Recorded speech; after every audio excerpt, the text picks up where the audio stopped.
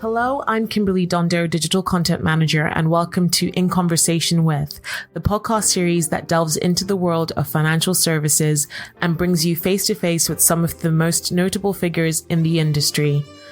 Listen as we discuss topics that are currently facing the industry and hear from visionary CEOs to disruptive innovators as we bring you a diverse array of voices and perspectives.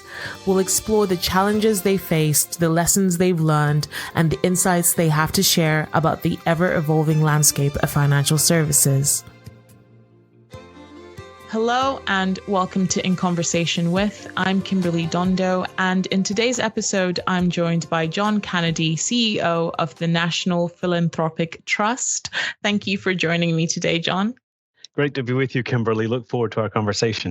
Yeah, definitely. But before we get started, could you give us a bit of background into yourself and how you got started?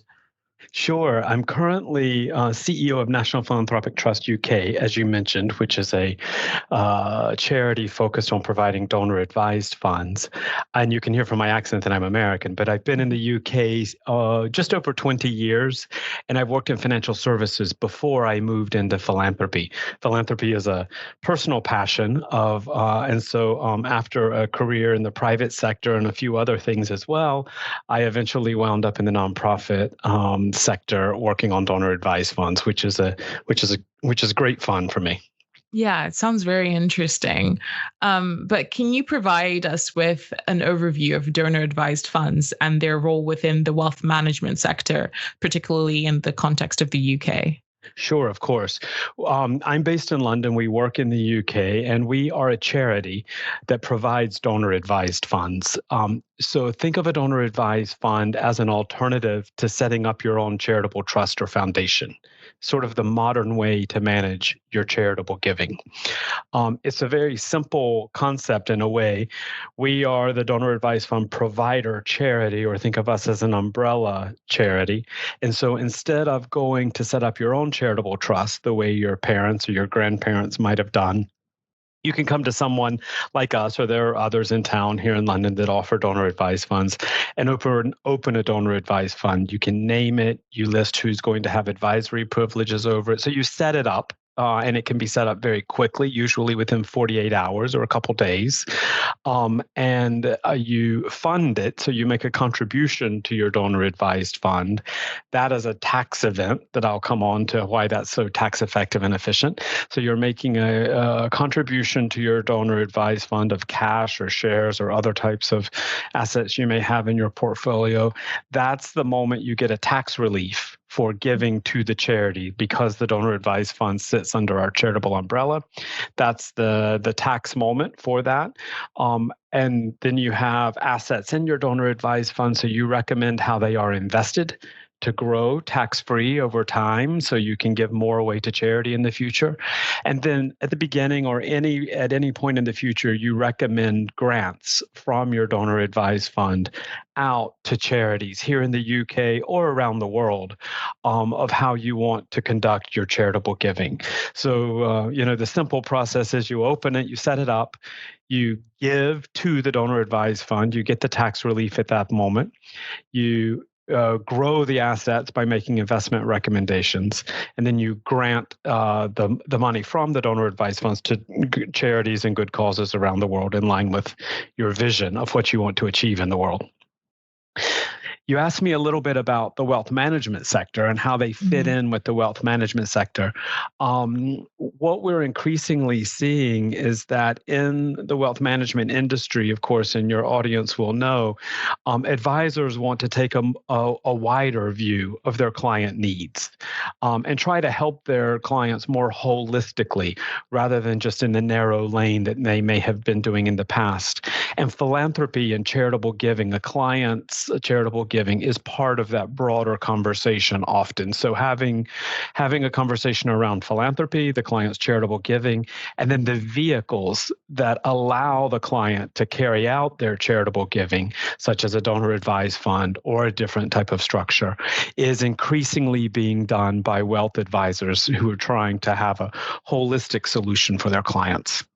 Mm-hmm. And I'm sure you've seen quite an evolution with donor advised funds. So, what factors have contributed to their growth and popularity? Yeah, what we see is donor advised funds, for a point of comparison, have been around in the US since the early 20th century. So they've been around for a long time. They are more recent in the UK, but the trajectory is the same. They're on a growth path, if you will, if you want to think like that. Um, Really, because they are so convenient for clients to use. To put it in context, we're seeing growth year on year. Last year, the contributions into donor advised funds in the UK were about £868 million were paid into donor advised funds. And then grants going out of the donor advised funds, which is really why people are using them to achieve social impact and to do their charitable giving. There was £554 million paid from UK donor advised funds out to charities here in the UK and around the world to achieve some sort of impact. So we believe that this will continue to grow. It's really, your question was why. It's when people want to think about moving from a checkbook philanthropy, let me just make a check or do a one-off donation every year when someone asks me for money, to doing a more sustained managed giving over time. And for that, people need a way to manage that, be it a charitable trust or a donor advised fund where they can manage a pot of philanthropic capital to give in a sustained way over several years, many years, or even many generations if you wanted your children to carry on your legacy. Mm-hmm. And I'm sure there's plenty of benefits to donor advised funds.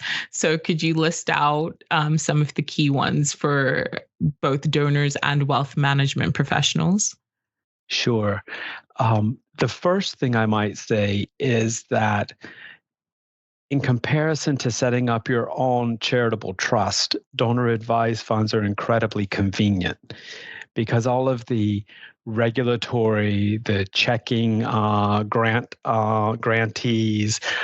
everything that you would have to do on your own normally in terms of regulatory compliance and even administration, filing annual reports and audits and this kind of thing, that all falls away and is done by the donor advised fund provider. And so you, as the client who has a donor advised fund, can really focus on giving rather than all of the administration around giving. So the first point is really convenience. Donors that work with us and other donor advised funds enjoy the convenience that a DAF is how it's referred to, allows them. So they don't have to worry about the legal side of things. They can rest assured that that's all in compliance with all of the UK rules for Charity Commission and HMRC and all of that kind of thing. So convenience is a real driving factor. The second motivating factor or benefit for folks using DAFs is the tax efficiency. So like I said a few moments ago, when you make a contribution to your DAF, that is a contribution to charity. And so you get the tax relief that is associated with that at that moment. That sounds nice. And for your audience of financial advisors, people may say, but why is that such a big deal? Often when you're giving investment advice or wealth planning or private banking, there could be a situation where there is a large income event in one particular year that you're trying to help your client navigate. And they may not, because they've been focused perhaps on whatever generated that nice income, they might not yet know where they want to give the money away. They know they want to be philanthropic, but they don't know where they want to give, and they need time to figure that out. So with a donor advised fund, just like with a charitable trust, if you set one of those up, you can put money over, ring fence the money for future charitable giving, get the tax benefit now when you need it, and then decide over time when you have time to work out your charitable giving strategy and identify charities that you want to give to. You can take your time and work through that methodically and in a more strategic way. So it allows both the tax planning and the wealth planning to be done in a very thoughtful way, and also the charitable giving to be done in in a very thoughtful way with a strategy and charities identified of who could best benefit from that. So the tax efficiency is another real benefit for folks that use donor advised funds. The flexibility of donor advised funds is really attractive to folks as well. Remember, the donor advised fund allows you to convert assets into charitable capital for giving. So, of course, you can give cash to your donor advised fund. You could give appreciated shares to your donor advised fund, and there's tax benefits around that for capital gains and income tax. You could give other types of property as well. Anything that you may hold in your investment or your portfolio of assets, if you can put it into the donor advised fund, it's liquidated eventually and then given away to charities. So not all charities are necessarily equipped to take non-cash assets. So if you want to give shares, most charities can deal with shares. But if you go much beyond shares, charities don't have the in-house expertise to accept a property or a private equity interest or different types of things. And the donor advised fund allows a nice mechanism to convert various types of assets into philanthropic capital to be given away. That's from sort of the donor's perspective. And the other thing I might mention from the donor's perspective, the client's perspective, is donor advised funds are really useful when you're doing legacy planning. Thinking about, number one, what do you want your legacy to be, just in general? But number two, back to your audience of wealth planners and financial planners, how do you want to plan around that transition with inheritance tax, IHT, and other tax considerations at that? You'll be aware that, of course, if you leave a portion of your estate to charity in the UK, you get a tax benefit for that.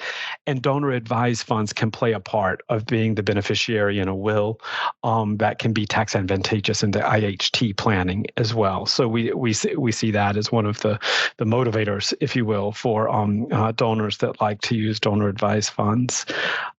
Flipping the other side of your question was what is attractive to wealth management professionals, and why would I care if I'm a financial advisor if my client is doing that?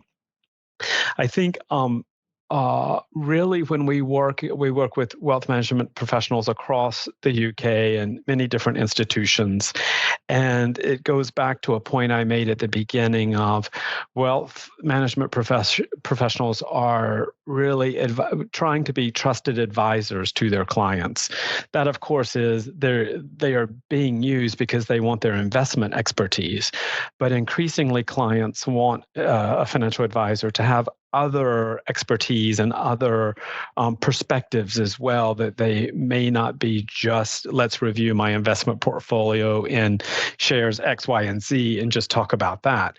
And this is where philanthropy comes in, because the client's charitable giving, is tied to their financial planning, because however much money they have or however much money they're able to generate in investment gains may dictate how much money they have to give away. So it is tied to the financial analysis. For financial planners and financial advisors, also with donor advised funds at NPT UK, also at other DAF providers, usually above a certain amount in a donor advised fund, the donor can recommend that the DAF assets are managed by their investment manager of choice. So if you are an investment advisor and you're managing assets, that can be attractive as well, because you can continue to manage the assets and grow them until they are given away to charities ultimately. And the other thing that we often hear financial advisors say is, speaking about philanthropy to our clients is a wonderful way to engage the next generation, because giving is a family value, is usually based around the values of the family. It's broader. It's not just about how much money are we making or how much money do we have. It's what do we stand for. And often families want the next generation involved in that conversation, perhaps earlier than they might about talking about the family's pure financial return that the financial advisor may be used to. So that bringing the next generation into the conversation is also usually appreciated by the financial advisor. Mm-hmm. there has been an increased focus on sustainable and impact investing, maybe not as much now due to other factors, inflation, etc.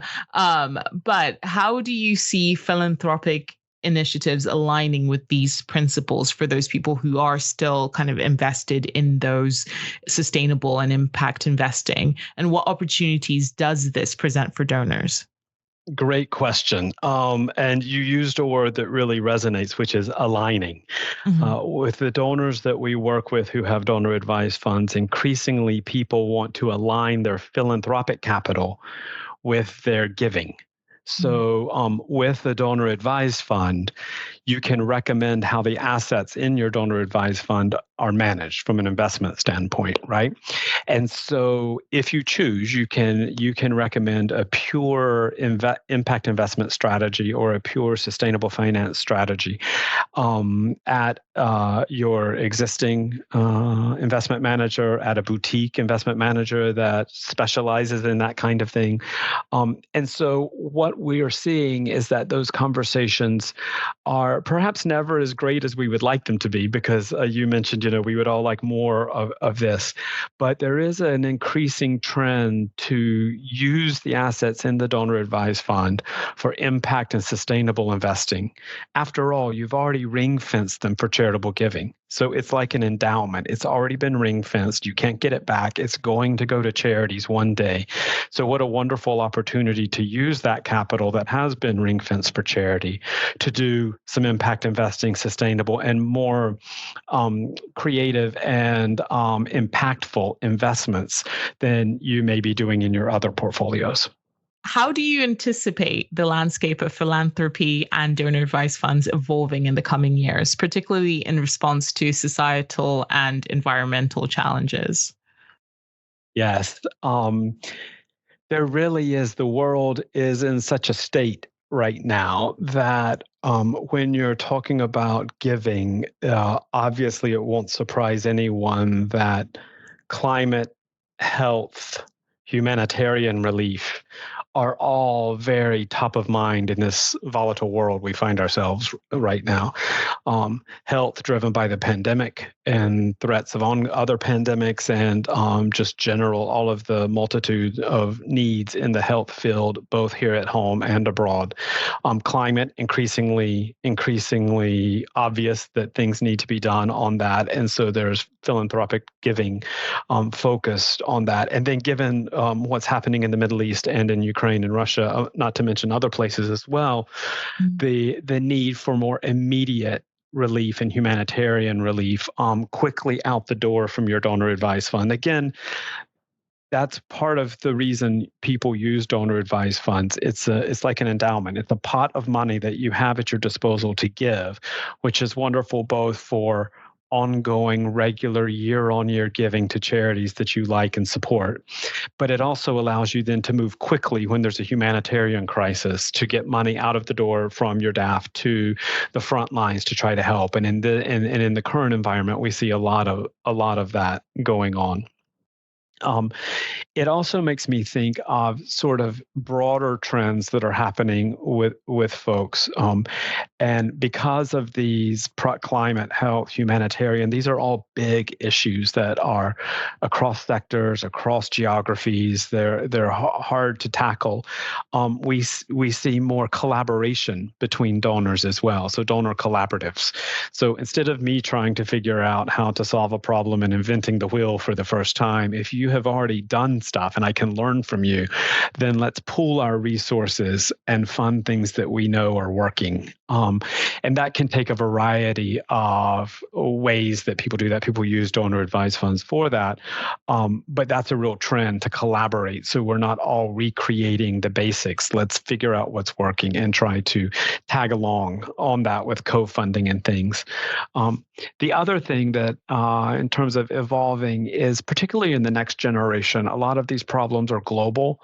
A lot of the next generation have perhaps a more global outlook or they've moved around the the world a bit more than their parents did at some point. And so in their giving is more global too, often from the next generation in terms of a broad view of the problems and how they can use their charitable giving to try to achieve change. Mm-hmm. And are there any trends that you're particularly excited about or find most promising? I think these are both the trends that are positive and potentially negative, and they're still early days. So I think, of course, technology.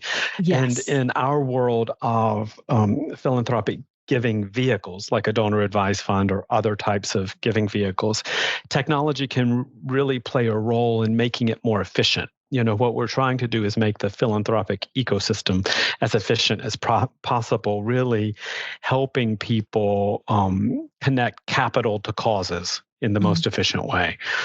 The other one, of course, the other trend that I think we have to watch and also harness in the right way is AI, and how that will come into the giving landscape, both from the donor side, but also on the impact side. It's fantastic when you sort of brainstorm and imagine what that might enable us to do in the front lines of very remote charities trying to achieve things, monitoring impact, all sorts of applications that could be used, finding the right causes, all sorts of things. But it's still very early days and not without negative possibilities, but I choose to focus on the positive ones around both the technology progress and AI specifically. Yeah. Oh, I like to think about it in the positive mindset too. So how can financial advisors effectively incorporate discussions about philanthropy and impact investing into their client conversations and wealth management strategies? I'm sure there's some clients that might be thinking more about what they can leave for their future generations, as opposed to giving. But you have talked about the tax relief aspect, but what other things can they say to encourage their clients who might be leaning towards philanthropy? Great question for the financial advisors out there. I think the first thing I should say is financial advisors don't have to have the answer of where to give. I speak to many financial advisors and they say, not very comfortable in having a conversation with my client about this, because what if they ask me where I should give for cause X or Y? I don't know. I'm not qualified for that. The first step is just helping them navigate the vehicles, like a donor advised fund or a charitable trust. So that is like a neutral topic that you can talk about and explain how it works to a client. So first thing, I would take away a little bit of the stigma of I can't touch it because they might ask me something that I don't know the answer to. That's okay. You can always find an expert to come help in the conversation. But practically speaking, to financial advisors, I often encourage them to incorporate one simple question in their annual checkup or their annual review with the client, which is often going through many detailed aspects of their investment strategy, their investment outlook, retirement outlook, and all sorts of next generational, transition planning, all sorts of things. And so it could be a simple question of, are you giving, or do you plan to give? No one that I have found so far is offended if you ask them if they're giving or if they're planning to give. That is not the same thing as wagging the finger and making them feel bad at that. So, it's just checking, just like you're checking, do you have a retirement account? Do you somewhere else that we don't know about? Just to try to get a sense of things. If the answer is no, and I don't want to talk about that, fine, you move on. But that's rarely the answer. Usually you do find out that people are giving either checkbook philanthropy, perhaps not in a tax optimized way. They have a vision for what they want to do later in life, at death, next generation. All sorts of things can be unlocked by having that one simple question. And so I think my advice to advisors is adding a check-in with them once a year. And then if they are interested in giving or they are giving, just helping them navigate it to do it most efficiently. That is, you can still leave the question of where they give up to them and find people to help them sort that out.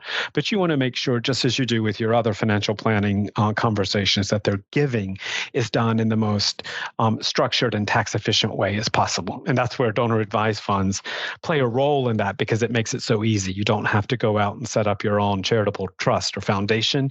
You can open a donor advised fund to do it very effectively. Yeah. And that simplifies their lives too. So exactly. It makes sense to me. So lastly, could you share any advice or best practices for financial advisors looking to support their clients in aligning their philanthropic goals with their overall financial plans? Yes, I think for financial advisors out there, I would ask if your firm doesn't have a philanthropy offer, because increasingly wealth management firms will have an in-house philanthropy offer, solution, talking points, this kind of thing. If that does exist, lean on it and incorporate that into your conversations. If it does not exist, still approach the topic of, are you giving? Can we talk about, is it being done tax effectively, or do you need any help? Breaching the subject is the first point in unlocking all sorts of wonderful conversations that may illuminate stories that you may have known a client for 20 years, but when folks talk about their philanthropy, you hear stories that you perhaps have never heard before. Philanthropy is very personal. It's very close to the heart. It's often tied to family history, family tragedy, family visions for the future. And so I think broaching the subject is the first and most important thing to do. And then once you've done that, you can find the right vehicle, like a donor advised fund or something else. You can find the right advisor for them, either in-house if your firm offers that, or third-party consultants that can help. There's a whole ecosystem out there to help. The ask, though, is that you ask the question to the client and then get that conversation going. Yeah. Well, thank you so much for speaking with me today, John. I found this very illuminating, and it opened my eyes to another part of being able to give into the future. So that was really great. Thank you. Kimberly, it's a real pleasure to be with you. Thank you so much for having me on. Thank you for listening to In Conversation With. We do hope that you enjoyed it. Please do keep up to date with all our new releases via Podbean, Apple Podcasts, Spotify, and everywhere else you get your podcasts from. You can also keep up to date with all our new content published on the Money Marketing website, as well as our print edition Money Marketing magazine. So make sure to subscribe. Follow us on Twitter, LinkedIn, Facebook, and Instagram. See you next time.